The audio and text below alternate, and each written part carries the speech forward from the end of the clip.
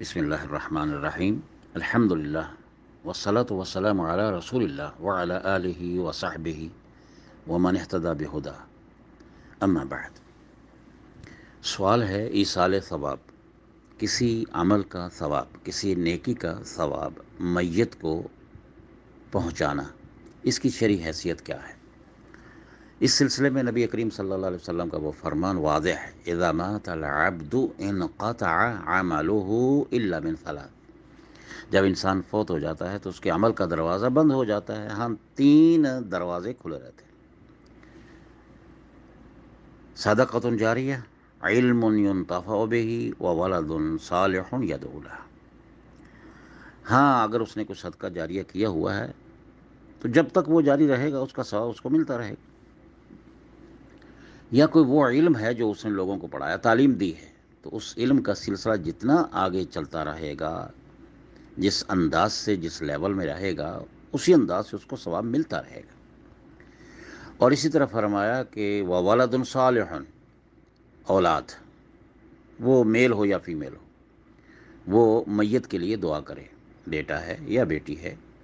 نیک، تو ظاہر ہے کہ وہ ولد صالح کہا گیا کہ جو دعا کرے گا ماں باپ کے لیے، جو حسن سلوک کرے گا ماں باپ کے ساتھ ان کے مرنے کے بعد، اس سے بڑا صالح کون ہوگا؟ تو اس کے علاوہ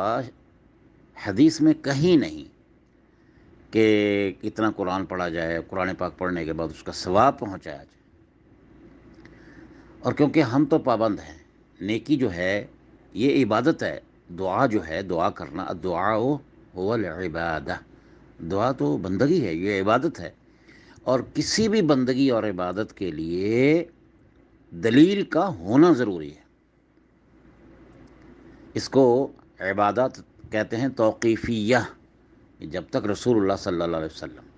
سے ثابت نہ ہو وہ عبادت نہیں کی جا سکتی۔ عبادت کرنے کے لیے دلیل چاہیے، دنیاوی امور کے لیے اگر ہو تو اس کے منع کرنے کی دلیل چاہیے، تو لہٰذا نبی صلی اللہ علیہ وسلم سے ایسا اور آپ کے صحابہ سے ثابت نہیں ہے کہ اتنا قرآن پڑھا ہو۔ آج کل تو ایک بہت بڑا ڈرامہ بنا ہوا ہے کہ پڑھ کے رکھے ہوئے ہیں جی، اور نام صوفیہ کے نام تھوپ دیتے ہیں کہ جناب ایک صوفی صاحب بیٹھے ہوئے تھے اور اس کو پتہ چلا کہ ایک لڑکے نے چیخ ماری اور وہ صاحب کشف تھا، اور اس نے کہا کہ میری امی کو جو ہے وہ جہنم میں لے جایا جا رہا ہے، میرے فرشتے لے جا رہے ہیں۔ تو بزرگ جو بیٹھے ہوئے تھے صوفی، انہوں نے جناب علی دل ہی دل میں سوچ لیا کہ میرے پاس پتہ نہیں 30,000 کے، پتہ نہیں لاکھ کے، پتہ نہیں کتنے ہیں، وہ بڑا ڈھیر تھا قرآن پاک پڑھا ہوا، تو ان کو اس نے بخش دیا دل ہی دل میں، زبان میں بھی نہیں کہا۔ تو اسی وقت جناب اس نے وہ مسکرانے لگ گیا، اس نے کہا اب وہ جنت کی جہنم کی بجائے فرشتے جو ہیں میری ماں کو جنت کی طرف لے جا رہے ہیں۔ یہ سارے ڈرامے ہیں، یہ خوابوں کی دنیا ہے، یہ جھوٹے قصے ہیں، اور اسی نے تباہ کر دیا ہے ہمیں، اور تباہی اور بربادی کا سبب بھی یہی ہے۔ تو اس سال بیٹا یہ ہے کہ دعا کرنا، دعا سے بہتر کوئی ہدیہ ہے ہی نہیں۔ ہاں، اگر آپ ان کی طرف سے صدقہ کرنا چاہتے ہیں صدقے کا ثواب ملے گا، صدقے کا ثواب بھی ان کو پہنچتا ہے جب آپ کہتے ہیں ان کے نام سے کہ میں اپنی امی کی طرف سے۔ اور یہ بھی بات یاد رکھیں کہ اصل اور فرع کا اس کے ساتھ تعلق ہے، باپ بیٹے کے لیے، بیٹا باپ کے لیے، یعنی اصل سے مراد آبا و اجداد کے لیے اگر آپ دعا کرتے ہیں، دادا دادی، نانا نانی، اس سے آگے، اور اس طرح بیٹا بیٹی، پوتا پوتی، نواسا نواسی، تو آپ ان کے لیے اعمال کا جو سلسلہ ہے نا وہ چلتا ہے۔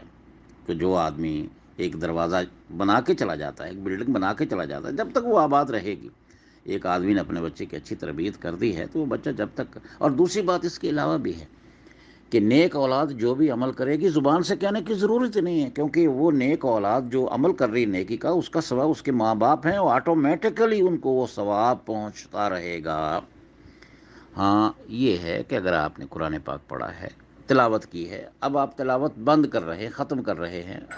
آدھا گھنٹہ پونا گھنٹہ آپ نے تلاوت کی، اب اس کو آپ نے بند کیا، اس کے بعد بہترین وقت ہے دعا کرنے کا۔ تو گویا کہنے کا مقصد یہ ہے کہ اس قسم کا ایصال ثواب بالکل نہیں پہنچتا، غیر مشروع ہے اور صحیح نہیں ہے، اور اس کو بدعت کہا جاتا ہے۔ جہاں تک دوسرے سوال کا تعلق ہے کہ جمعہ مبارک جو آج کل رواج بن گیا ہے،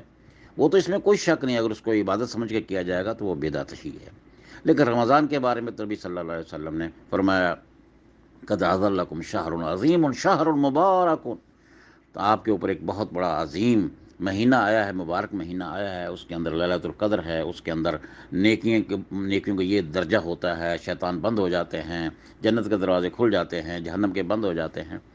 تو اس طرح رمضان میں مبارکباد کہنا کہ اللہ تعالیٰ میں ہم آپ کو مبارکباد دیتے ہیں کہ رمضان آ گیا ہے، کہ اللہ نیکی کی توفیق عطا فرمائے،